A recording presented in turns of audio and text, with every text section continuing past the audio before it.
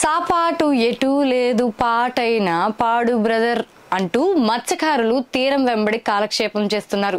ఈ నెల 15వ తేదీ నుంచి జూన్ 14 వరకు సముద్రంలో వేట నిషేధించారు. దీంతో 3 రోజుల నుంచి వారు తీరానికే పరిమితమయ్యారు.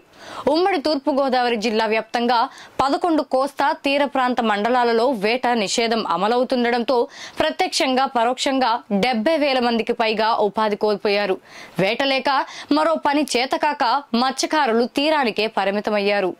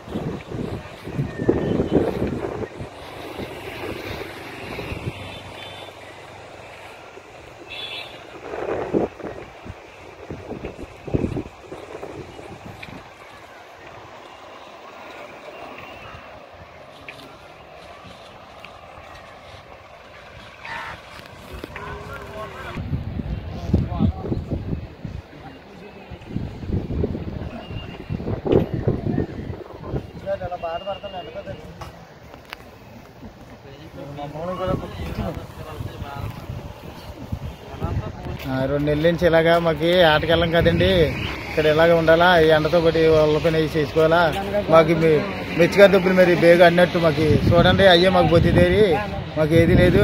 ఆ 10 ఏళ్ళు అయితే 2 నెలలు ఎలా పిల్లల్ని ఎలా పెంచుకోవాలి మేము, ఏదో నాకు త్వరగా వేయండి బాబు. మీరు రాజకీయం కోదాను, మీకు మాకు ముందు డబ్బులు వేసేయండి, పెద్ద చేయలేను. నా పేరు రాజు, అది కొత్తపల్లి మండలం. ఇక్కడ సంవత్సరానికి ఒక 2-3 నెలలు ఆట కట్టేస్తామండి. ఇక్కడ కట్టేస్తే మచ్చిగా డబ్బులు అన్నీ మాకు అన్ననగా వారనగా మేము మానేసి వాళ్ళ పెళ్ళి అవి చేసుకుంటాం. ఈ 2 నెలలు మాకు మచ్చిగా డబ్బులు త్వరగా వేస్తే మాకు కొద్దిగా బాగుంటుందండి.